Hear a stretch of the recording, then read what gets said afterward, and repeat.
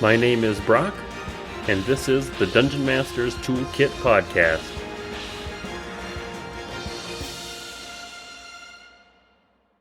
On today's episode, I got to talk to Dan from Brazil. So during the episode, we talked about the RPG scene in Brazil, running games for kids, emulating the horror genre, taking player control, and galactic time spans. As always, we have links to all of the books in the show notes. If you're interested in listening to an audiobook version, all of the books linked have an Audible version.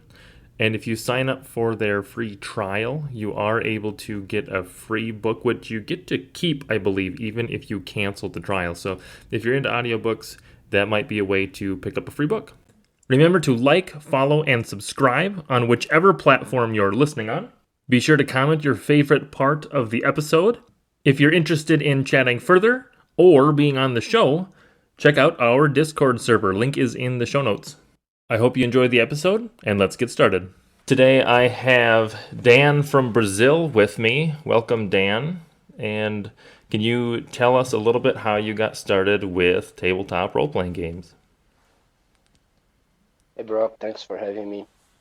Yeah, sure. Well, I'm a OG second generation. I started in 1993 at the age of 9 with that red introductory box of Hero Quest, Dungeon Quest, that's what it was called, for Advanced Dungeons and Dragons. That's the second edition of D&D.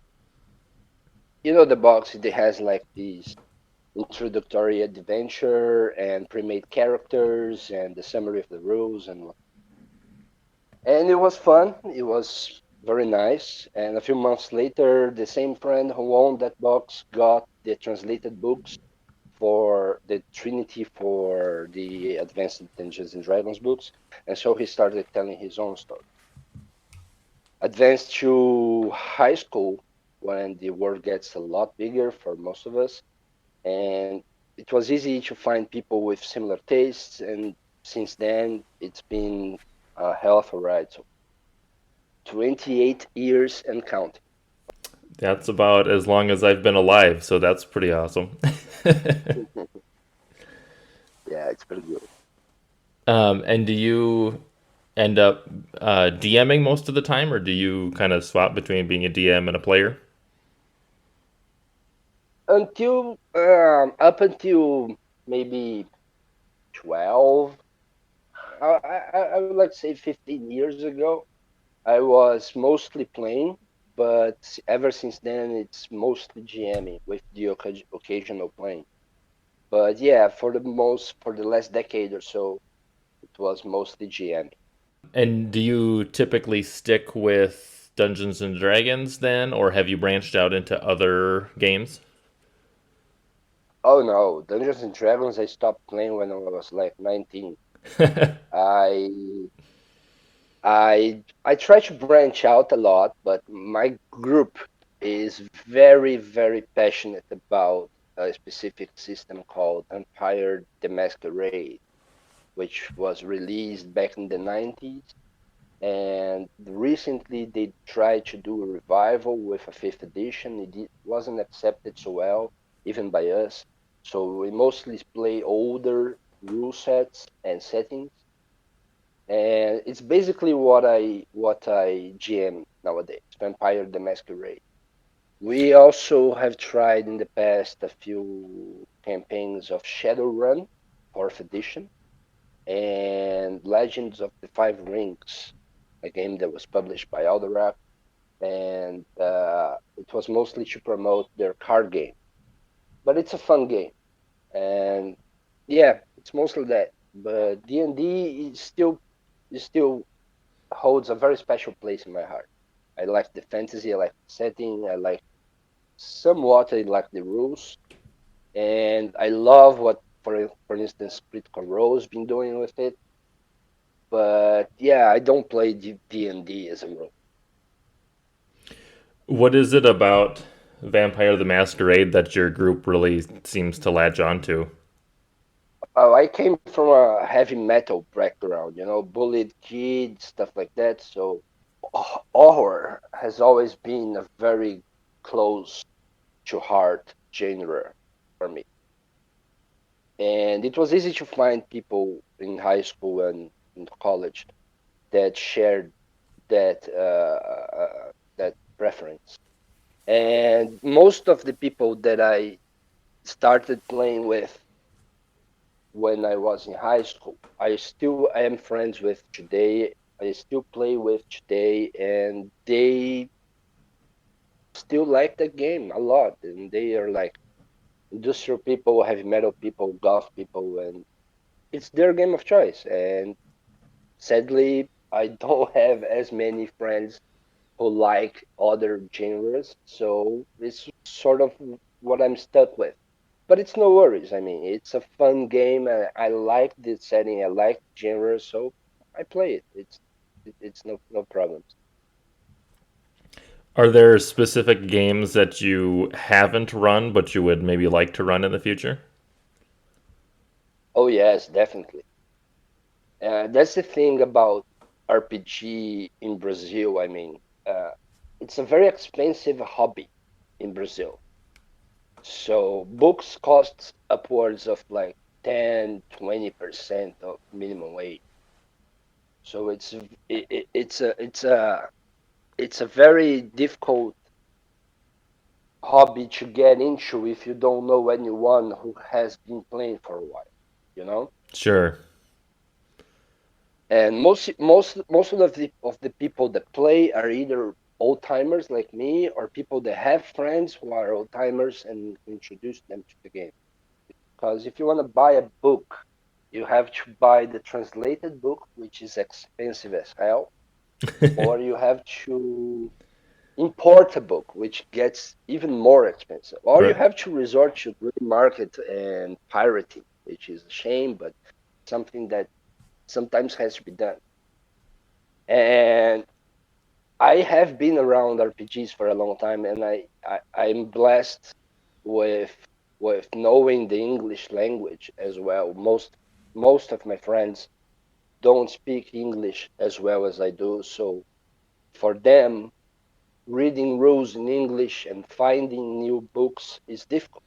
Sure. It's more difficult for them than for me. So I have been around and I have researched other books and I have found other books that I would love to try. I think the perfect setting has already been written. It's Numenera.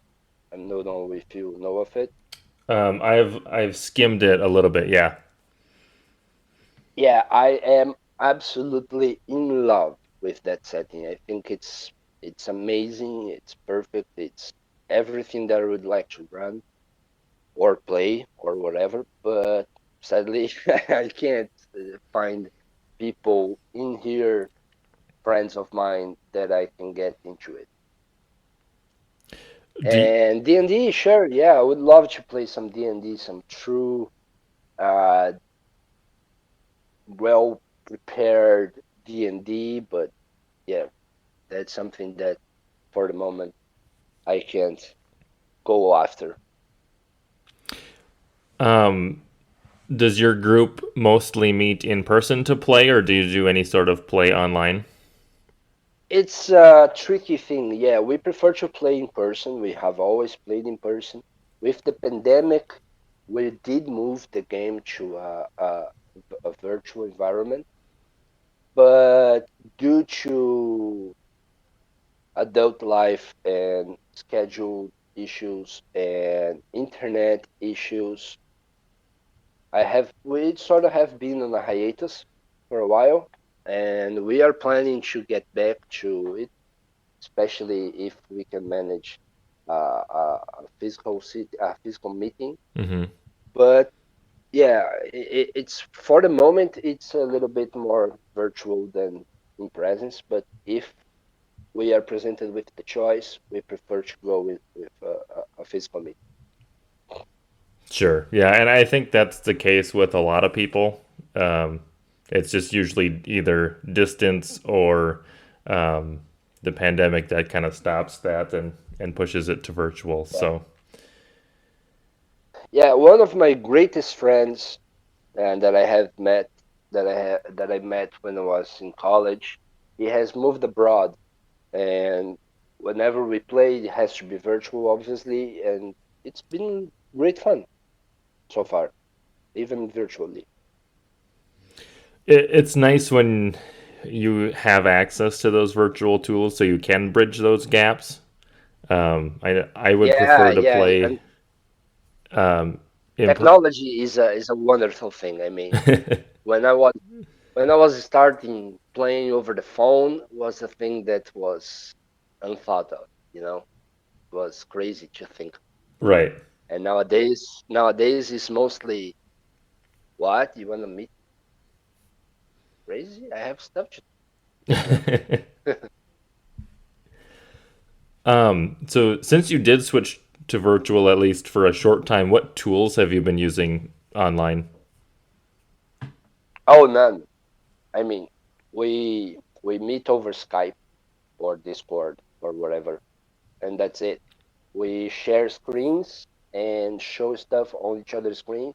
We don't use Roll D&D or Roll 20. We don't use any of that stuff. Mostly because we don't like it. We prefer to play with our imagination. We don't play a game. Vampire is not a very tactical game, so it doesn't need maps, it doesn't need minis. It's a lot more interpretation based, it's a lot more social, doesn't have a lot of combat. But yeah, it's mostly a conversation. Sure, and that makes sense. And I haven't played the vampire game, so I guess I'm more familiar with the kind of tactical nature of D and D and some of the other ones that I've played. So that makes sense that you'd be able to keep more of it just theater of the mind versus needing actual maps or anything. Yeah, we still use, I mean, I as a game master, I like to use a lot of visual imagery whenever possible.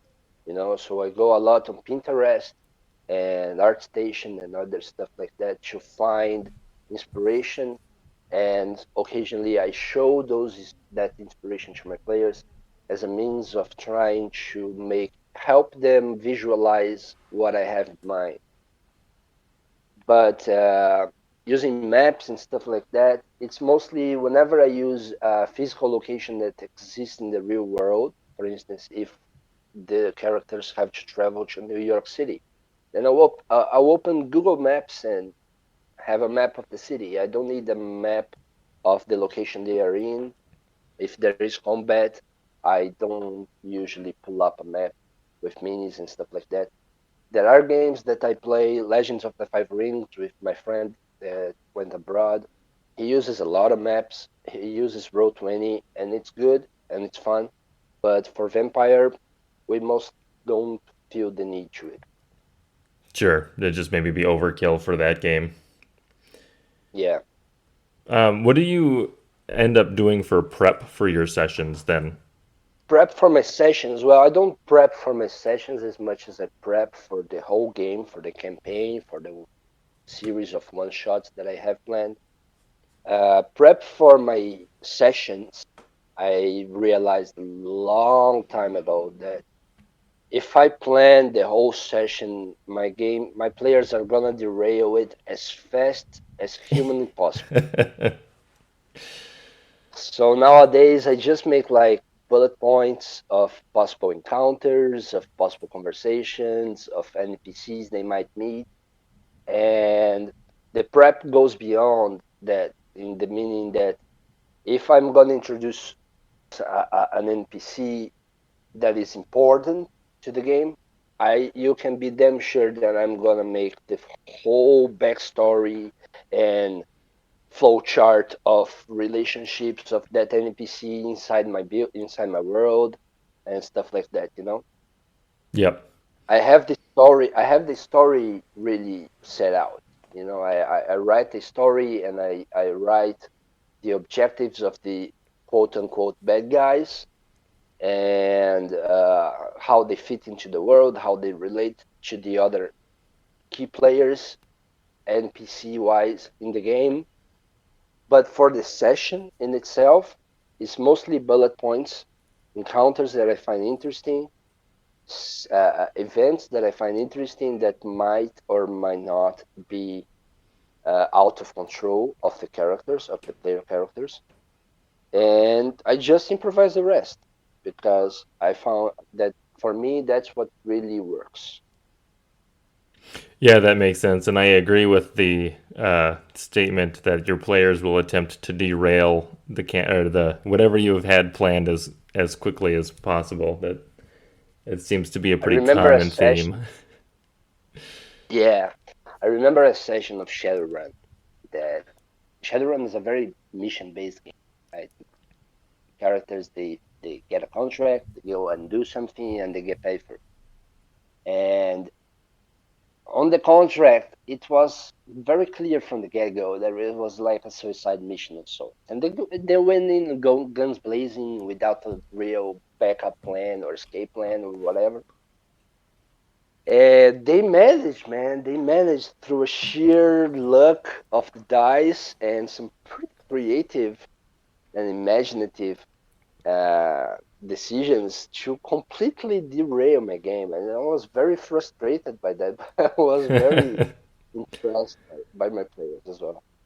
So maybe stepping back, you said you don't plan a lot for an individual session, but you do plan more of the major objectives of the main bad guy.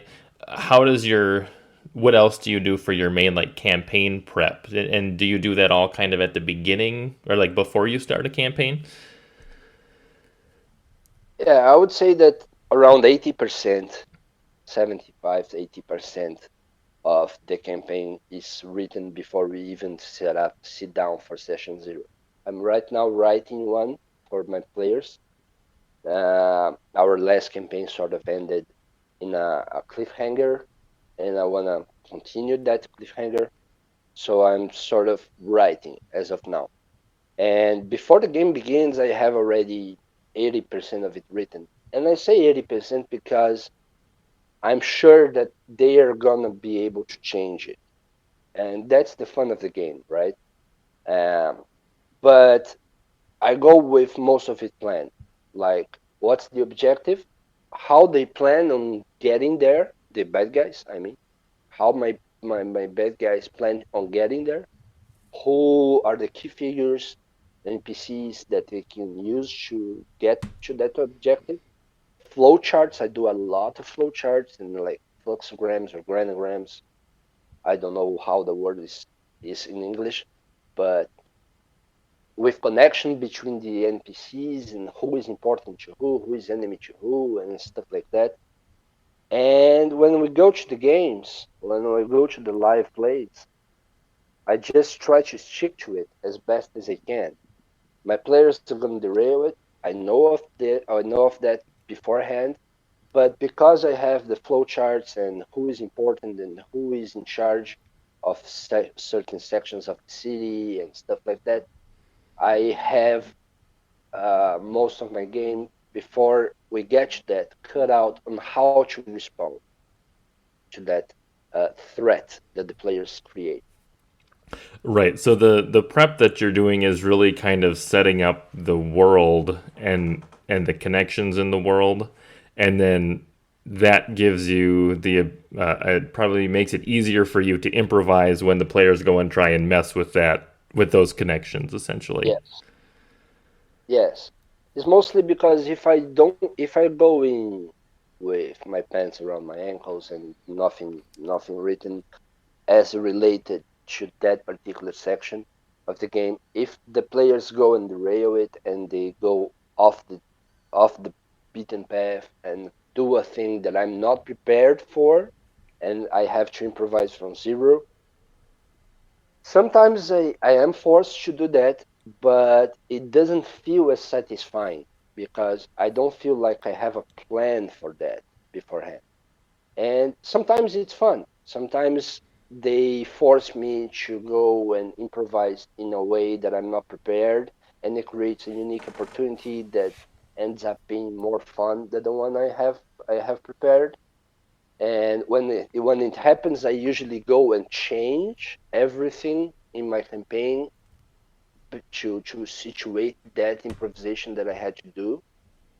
But yeah, in the end of the day, I mean, we all play to have fun, and if the players, if I feel like my players are not having that fun with my improvisations, I usually go and slack off a little. You know, I tend to give them a little bit more breathing room. Sure. But the way I go about it is they are they're going to do everything in their power to ruin the plans that I have for the bad guys. So I'm gonna do everything in my power to make sure that doesn't happen. Yeah, so it's kind of a give and take between the bad guys and the players then. Yeah, because I like and my players like the old adage of the very cinematic and very climatic ending, you know, of a campaign. They like the games that the last session they have to sacrifice themselves and the bad guy is dead in a very heroic manner. They like that, and I like that. So I try to set it up as best as I can. So you're really trying to produce that cinematic feeling in your campaigns. Yes, yes. I How long see. or how many sessions does it typically take to get through like a campaign for you before you would start a new one? The bare minimum I would say is about 6 to 8 encounters, not encounters in the game, but encounters sessions. Sorry, sessions. 6 to 8 sessions. But as long as we are having fun with the characters and with the world, I mean, I've had campaigns that lasted for 3 years. So as long as we're having fun, I'm happy to keep on improvising, keep on writing, keep on adding stuff. But I don't feel as satisfied if we close the game with like 4 sessions, you know? Sure. You're really trying to go for that cinematic, so you probably have kind of an arc of kind of a start to then hopefully kind of a conclusion, and then I assume if you hit something that feels satisfying as a stopping point, then you say, okay, here's where we're gonna cut it, and then we'll roll up a new campaign. Yeah, I tried not to do it immediately. Like I try to do my best to judge how well we are going to get to that. I mean, if we are in a particular session and it feels like in the next session or in 2 sessions from now, it's gonna be a good stopping point. I try to steer the campaign towards that, Mm-hmm. and it's not like in this session things happen that it looks like a good ending. I try not to do that. I try to prepare myself in order to go to a session where I know that that session is gonna be the last.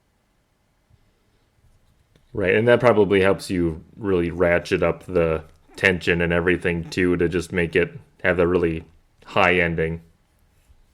Yes, because I go in more prepared for it, so I can evoke feelings in my players that are more permanent, you know, of than if I simply wing it from the get go. RPGs are stories, and the best stories are the stories that stick to us. You know, if by the end of the campaign the players, sorry, they remember their characters, they remember scenes from that campaign, they remember the characters' names, they remember NPC names, then that campaign was a fun campaign. If they don't, it's not. It was not a fun It's campaign. kind of a good way to judge the success of a campaign, I suppose. Yeah, much like books and movies. If you read a book, let's say 10 years 10 years ago, and if you still remember that book, that was a good book that impacted. So that's what I try to do with my stuff. That is a really neat way to look at it because there are, I definitely have favorite books and movies and TV shows that I can remember, and then there are a bunch of other ones that I just, I know that I read them, but I don't really remember what happened, so they must not have been that important to me. Yes, it's a subconscious thing, right? Because it impacts you on such a personal level that you stick to it with the rest of your mind for the rest of your life. And that's pretty much the same with RPGs. I've been playing for 28 years, and I don't remember most of my games from high school. But since I found this group of players that plays almost exclusively Vampire, and I've met them like 20 years ago, there are so many stories that I remember being told or telling them. And they too remember campaigns and sessions from the past. And that's a satisfying feeling for a GM when your players they talk about the game outside of the game. Right. You did a good job. Yep. Yeah, if you can play a game or run a game and then that's all your players are thinking about for a while, that's definitely means you did a good job. Yeah. When you wrap up a campaign and then you roll into the next campaign, do you typically make new characters, or does it is there some sort of a continuity there, or like same setting or same world but different player or different characters? I try to it depends. It sort of depends on the campaign itself. But yeah, I mean the characters if the characters they stand out for some reason, if the player characters stand out for some reason, I try to integrate them into my campaign. One thing that I love to do is get player characters cameos in future campaigns. You know, like if I'm running a game and there is a player character that I particularly like, when that campaign ends and I go for another one, I keep that player character in the game, but I turn it into an NPC. Most of the other things are new, but there are some key players, there are some key elements, some key characters, both player characters and NPC characters, that I still keep in my world because they were impactful and because I would love to see the reaction of my players at seeing them again in a different setting with different player characters to interact with. Right. It's just like if you're reading a book or watching a movie and then, you get familiar with some characters and then, there's a sequel or something and then, that one character comes back for just a couple minutes and you're like, oh, yes, I know who that is. Yes, precisely. My favorite book, my favorite trilogy is a trilogy that repeats one character throughout the whole all three books. There is only one common character in all three books, and it's a character that whenever she appears on the book, I know that book is gonna be that scene that book's gonna be fun because that character is a really well fleshed out character, and it's the things that she did were really impactful in their stories. What book is So that? it's pretty much like that. Or trilogy? It's the it's the Sprawl trilogy by William Gibson, Neuromancer, Count Zero, and Mona Lisa Over. It's a cyberpunk story. Cool. I will have to look those up. I have not heard of them, so. Oh, I strongly recommend. I know that William Gibson's writing style is not for everybody, but if you do manage to enjoy the first, I would say 30% of the first book, then you're gonna enjoy the whole trilogy. It's really fun, at least for me. Yeah, I'm gonna have to look that up. I think every time I have these interviews, I get like six more, like book recommendations, either RPG books or just actual books that I have to go. So Yeah. my backlog is getting a little bit big at this point. So, um, If you're gonna read just one book from that trilogy, I suggest read just the first one, which is Neuromancer, which is a book that is very good. Not only very good, but it's sort of the book that is thought to be the origin of the cyberpunk genre. oh, okay. And it's a very special book to me, and it's a very good book. Yeah, I'll have to what I'll probably do is I'll try and find an audiobook version of it and listen to it when I'm doing, random stuff around the house. That's usually how I intake books nowadays. It's a good tactic. How frequently does your group meet? Yeah, that's a tricky question. I mean, most of the group are in their mid to late 30s. There is one there is a couple that have children. Everybody works, so it's really complicated to find the schedule for it. But we try to do it as often as possible, and that's the best answer I can give you because there is absolutely no pattern to our meetings. We do not meet like once a week. We do not meet not even once a month, but we try to do it as often as possible. And whenever we meet, I do a little critical role style. Last we saw their characters, and I try to remind our characters, our players, what transpired in the game so far. Because our meetings are so erratic and so spaced out nowadays, at least, that that's something I need to do. I would love if I could play every week or every other week, but it's something that it's impossible for me at this stage of my life. Sadly, I've had campaigns that lasted for like I remember clearly a campaign of Legends of the Five Rings that we met twice a month for 18 months, and it was a blast. It was amazing. We did so much in that campaign with that amount of sessions. But unfortunately, right now, it's not something that I can do. Yeah, and I'm kind of at the same point too. One of the main players that I have has kids.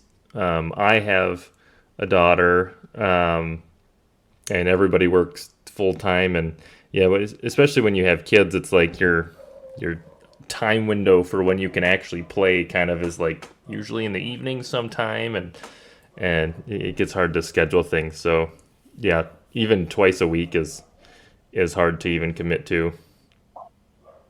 Yeah, we are glad that the kids are now reaching adolescent, teenage years, because now they're gonna be less frequent in the parents' lives, and we are gonna have more time to play. It's a very awful thing to say, I would say, but it's good. Hey, before too long, they'll probably want to join, right? Yeah, hopefully. I've GM'd before to children of players, of friends, and it's been fun. It's nice when you can add new blood to the hobby. But yeah, it's a thing that nowadays it's the most assured way of getting people into the hobby. Would you say there were any challenges that you had when you ran games for, younger kids? There are a few, yeah. First is concentration. First is getting them to concentrate on a game and not wander out or go do other things when they are not intern, you know. Mm-hmm. Um, there are a little bit of challenge in getting them to understand the rules or the setting. It's something that can be easily adapted. You can simply tell them to roll the dice and not explain why, not explain what they're doing.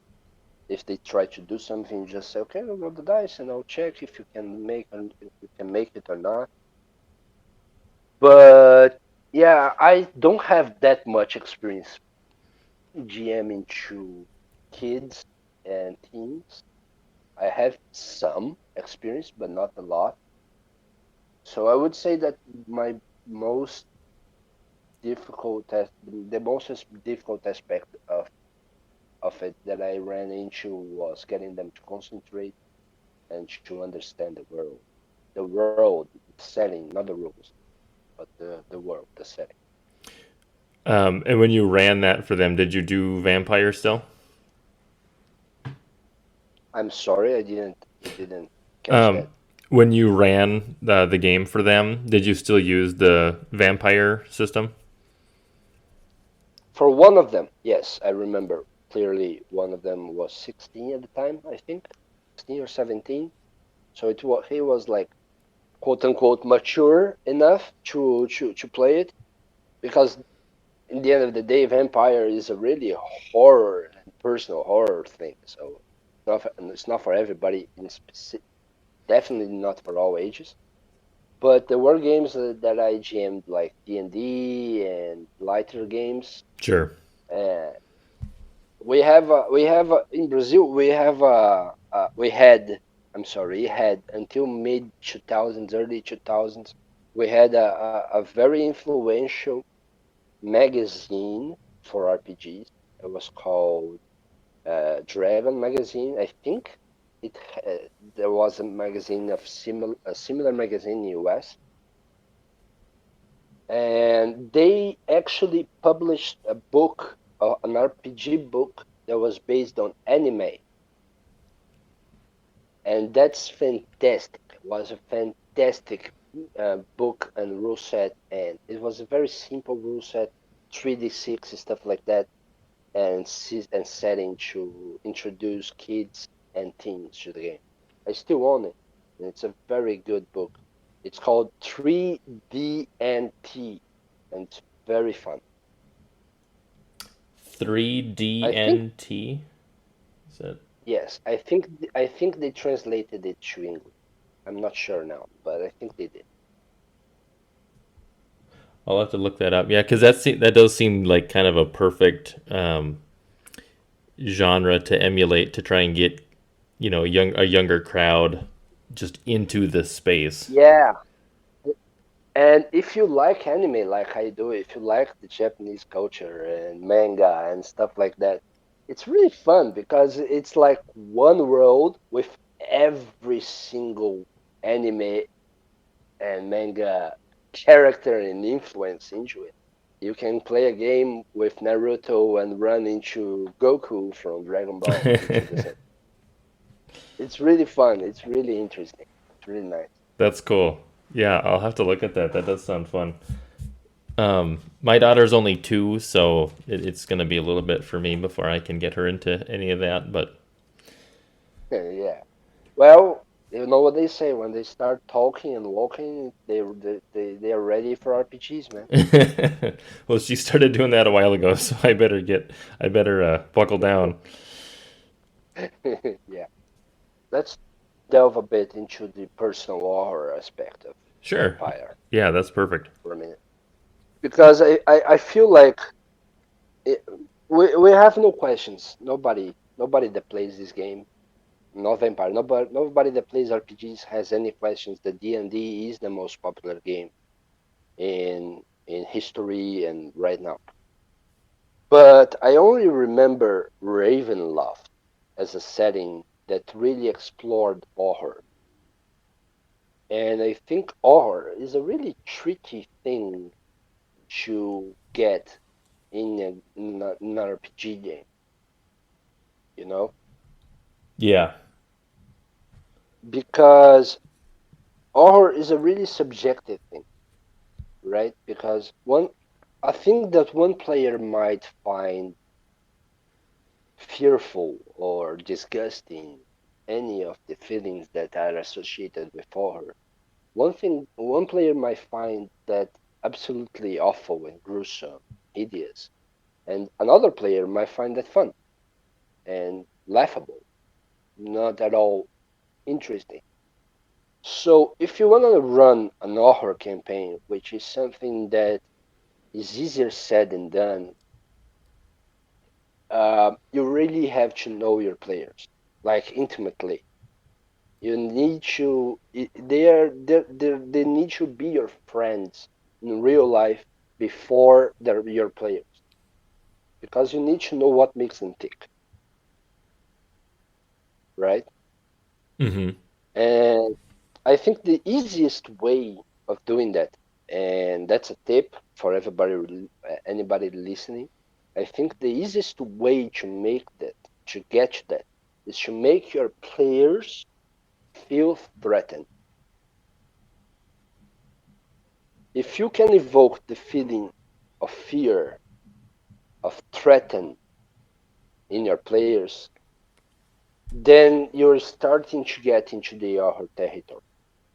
And the best way to do that, and it's a weapon that in the game master's arsenal that not all game masters are comfortable using, is to remove control of your players, and not only control of the character. That's a powerful weapon in itself.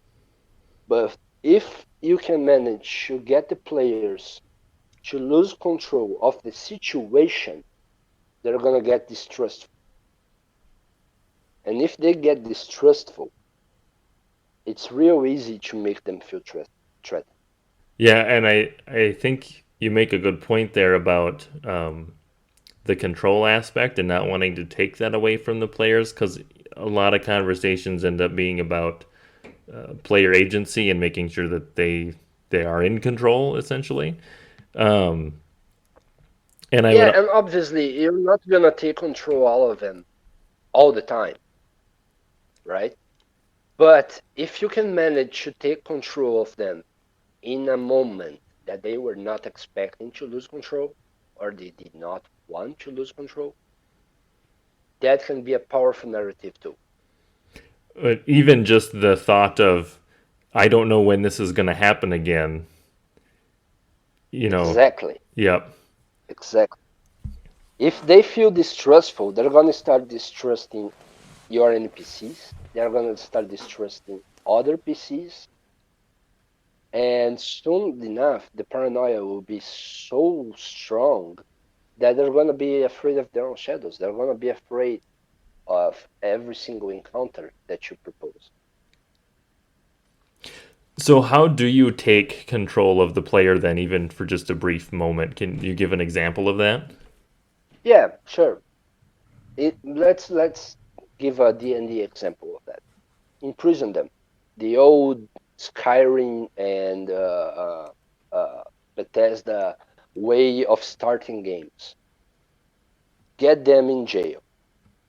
Get them out without their weapons, without their friends. Get them alone in a way that they have. The only weapon that they have is their wit.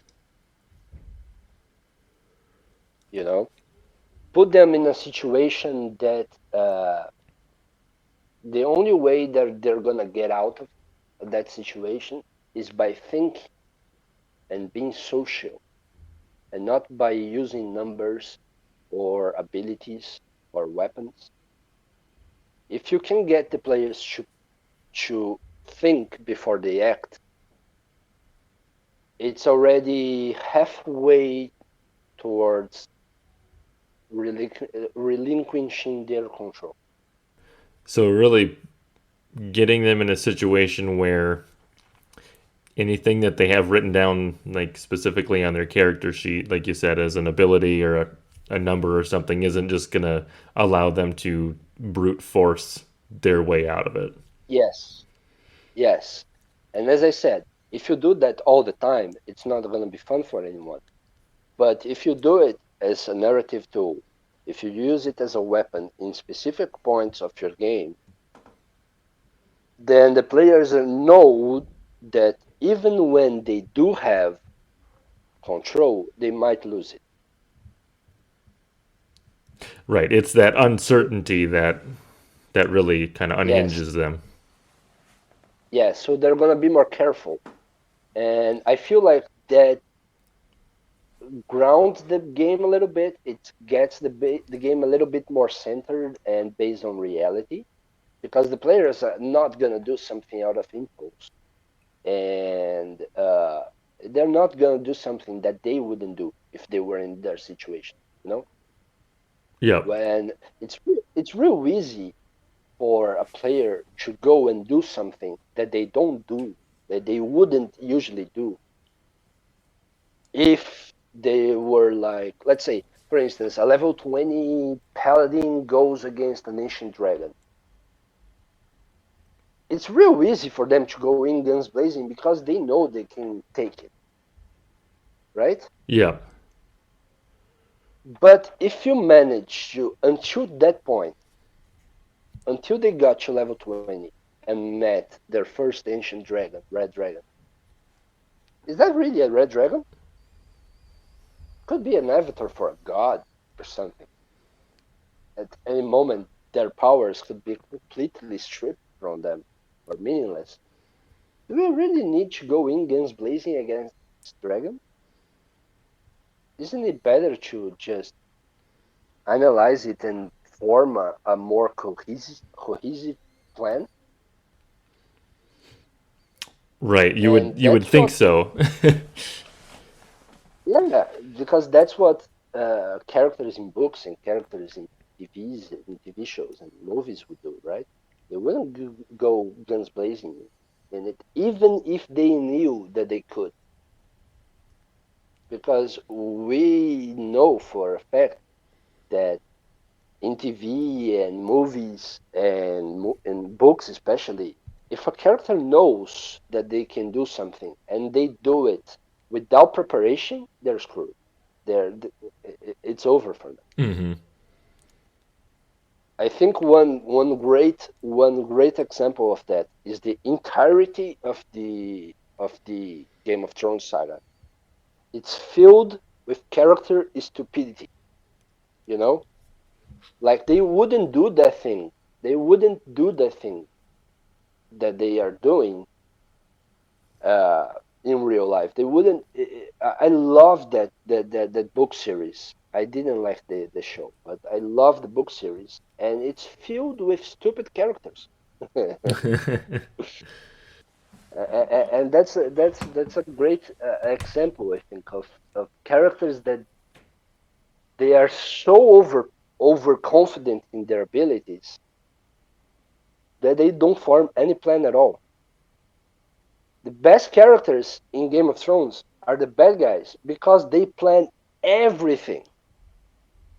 Everything. Cersei has the whole thing written from the start.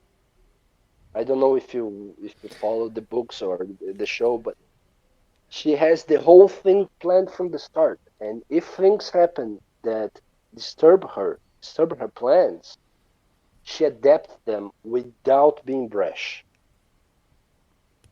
Right. And Without rushing into things. yes, and that's the core of all horror games. You cannot run into things. You cannot brush and brute force your character out of a situation because if you do, it's mostly assured that it's gonna end bad for you. I think I have an example of the lack or kind of loss of control in a brief moment too. I don't remember where saw this, or I think it might have been a YouTube video or somebody that I had listened to that they talked about an encounter with like an ice dragon of some kind, and they said kind of like what you said. you know, the players going just up against it could just completely kill it, and they would know that, just based on how powerful they were. Um, but having the dragon use a lot of the environment to its advantage, so like come up from underneath like a icy lake that they're walking across and like grab a player and drag them under. So that player is now kind of gone, and the other players can't really help in that moment either because they can't see either player or the dragon, you know, and just doing little things like that where, yeah, a head to head fight, players are going to win, but not allowing that to necessarily happen. Yes, precisely. I remember I remember one that Ice Dragon thing reminds me of Critical Role, and I don't know if you watched it, but the first campaign of Critical Role has a perfect horror example. There is the whole Rakshasa debacle, and I'm not gonna go into it in the interview. I might send you a link later for a YouTube video that explains it. But Matthew Mercer is such a good DGM that he used an NPC in a very underpowered situation to evoke a very unique horror uh, sentiment and situation in a session.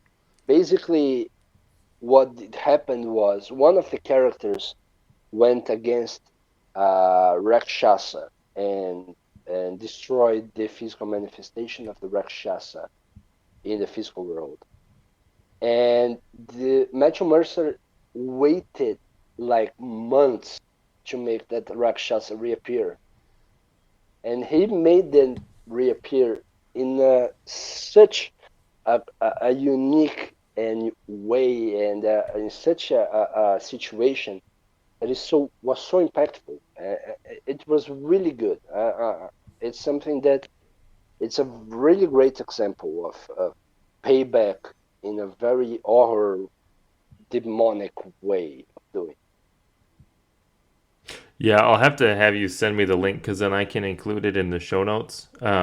But I also I've watched a little bit of Critical Role, but I never usually find time to watch it consistently. Yeah, I know, right? I'm like episode 5 of the second campaign. I mean, 200 episodes, 4 hours each. It's difficult. Yeah, I Yeah, feel you. But if you manage, it's a really good game. It's a really good set of. It's a really unique combination of people that make it really satisfying to watch. yeah, I need to sit down. Well, I'm not going to sit down and watch 200 episodes probably, but I need to start listening to them at the very least. For sure. Yeah. One final question then. If you could have a book written, so an RPG book, any kind of book, you could put anything in it, but something that you would use, what what would you put in that book? Or what book do you want to have written basically? Yeah, that's a tricky question because I think I mentioned earlier Numenera and how in love with I am with the setting. I think that's like a very unique setting, and I think anything fits in it. But with that said, I would love for a book to have a rule set that makes sense and that fits time jumping, not time traveling, but time jumping in a way that makes sense and a way that makes the players feel um, not like not like they are out of control, but like have you read the Foundation books by Isaac Asimov? No, I haven't. Foundation books by Isaac Asimov. They are books that between each chapter, usually 1,000 years pass, And it's the same story. I would love to have a system in place where you could tell stories like that. Stories, sci-fi stories that span thousands of or millions of years, but where the players could grow attached to their characters without losing them when you were talking about 1,000 years between each session or between each chapter, Right. you know? And it's a thing that I have never seen a book with that in place. And it would be really fun to explore how, not time traveling, but going forward in time. And that's the thing that every GM has done in the past. But going forward in time in such a scale that it's the players have to help the GM write the story from that point. What happened in those 1,000 years? Right. How Right. did Yeah. your how did your character impact the world that I'm building, but have rules for that, tables and whatnot. That would be interesting to see. Yeah. Especially like you said, since that is such a massive time span, a lot would change in that amount of time. Yeah, precisely. There is a book, I don't remember what it's called, but there is a book that it's about discovery of a wormhole in our solar system, and aliens invade from that wormhole. And we do in the book we do the most human American thing possible, and we take the fight to their homeworld, right? We assemble an army and we push them back and we go through the wormhole and we fight. And the fight in their homeworld takes about 10 years. And when we get back through the wormhole back to Earth, 1,000 years have passed. How would that be in an RPG system? You know, Sure. it's really Yeah. fun Yeah. to think about like cosmic scale galactic time spans. Yeah. That. Cthulhu, Cthulhu time span. It's fun to think about. Yeah. It definitely has my brain thinking about just what. Yeah. How would you even turn that into mechanics or something in a book? Yeah, it's really complicated, and I think that's why it hasn't been written so far. But if somebody do manages, I'm all over it for sure. Yeah, I think if somebody could manage to write something like that, I feel like they would probably get um, have a decent following just because it's such a like never been done before, like you said. So No, no, it's very unique and interesting. Yeah, it's gonna be fun. I'm gonna try to write that. well, awesome. Well, Dan, I had a lot of fun talking to you today. Hell yeah, bro. Thanks for having me, man. Be fun. Thanks for listening to this week's episode of the Dungeon Master's Toolkit podcast. You can find links to all of the products and resources that we talked about on the show in the show notes. And if you'd like to join the community or find out how to be on the show, check out our subreddit or join us in our Discord server.